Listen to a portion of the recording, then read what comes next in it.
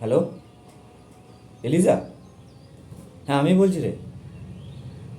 কোথায় থাকিস ভাই? কবে থেকে তোকে ফোন করছি, কতবার ফোন করেছি জানিস? ফোনে পাওয়া যায় না কেন? আচ্ছা শোন, কয়েনকে পাওয়া যাচ্ছে না। জানি না, কদিন ধরে দলে আসছিল না। তো আমরা সবাই মিলে একদিন গেলাম যে গুমটিটাও থাকে সেখানে দেখতে। সেখানে নেই, আশেপাশে খোঁজ করলাম, কোথাও পাওয়া গেল না। ব্যাস, তারপর থেকেই হন্যে খুঁজছি। হ্যাঁ, সবাই খুঁজছি ভাই, সবাই। সিট তো পাগল হয়ে গেছে, যখন তখন বাড়ি থেকে গাড়িটাকে নিয়ে বেরিয়ে যাচ্ছে। এবার ওর মা বাবা আমাকে ফোন করছে, আমি মিথ্যা কথা বলছি যে হ্যাঁ সিট আমার সাথেই আছে। জানি না ভাই, বিশ্বাস কর, কিচ্ছু জানি না। তোর তো একটা রেসপন্সিবিলিটি আছে, তুই তো ওকে হাতে ধরে দলে এনেছিলি, বল।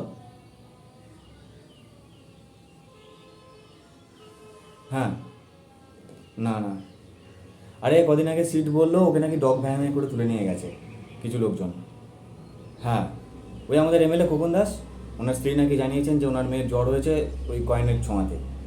জন্মদিনে কয়েনকে নাকি কেক খাইছিল সেখান থেকে। ব্যাস।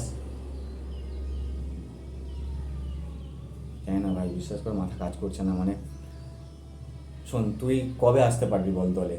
খুব দরকার। কাল 5টা। ওকে, চলে আয়। আমরা আলোচনা করি, কিছু একটা ব্যবস্থা তো করতে হবে। এরকম তো মানে চুপচাপ বসে থাকা যায় না, তাই না? হ্যাঁ, ঠিক আছে, আমি কিন্তু দলে জানাচ্ছি। ওকে, কাল বিকাল 5টা, দেরি করিস না কিন্তু। আর ফোন করলে ধরিস প্লিজ। ওকে ওকে, চল, রাখলাম, টাটা।